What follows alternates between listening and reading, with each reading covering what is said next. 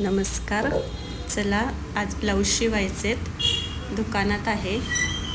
Blouse cutting करते. 2 blouse आहेत. एकावर एक ठेवले अस्तर आणि आता पेपर कटिंग माझ्याकडे सगळे केलेलेच असतात प्रत्येक मापाचे.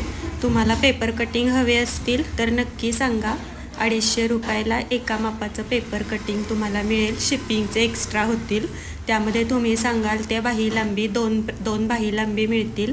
पाठीमागचा भाग, पुढचा भाग, कटोरी, प्रिन्सेस कट जे काही तुम्हाला हवं असेल ते एक पेपर कटिंग एका मापाचं. म्हणजे साधारण 32-36चं तुम्ही घेतलं तर ते तुम्हाला 34-36ला चालेल.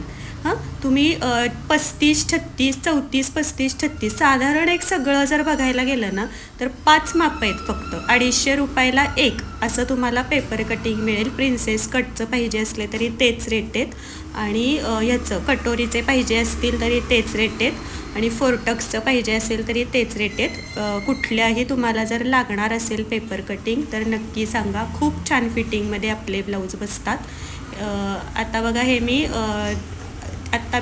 करते पेपर कटिंग. ते तुम्हाला आता काही दाखवत बसत नाही आहे मी. तुम्हाला जर पेपर कटिंग हवे असतील तर मात्र नक्की माझ्याकडनं मागवा.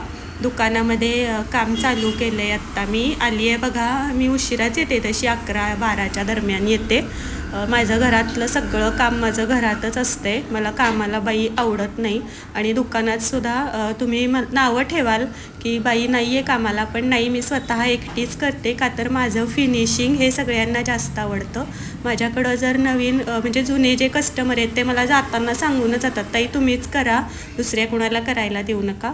त्यामुळं शक्यतो प्रत्येक काम हे मी स्वतः करायचा प्रयत्न करते.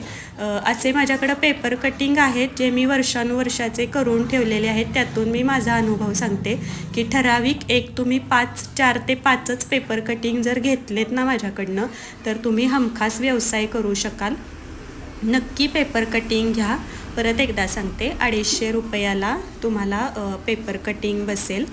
माझं हे दुकान आहे, हा स्वतःचा माझा गाळा आहे. काळाराम मंदिरच्या इथं नंदिनी फॅशन्स.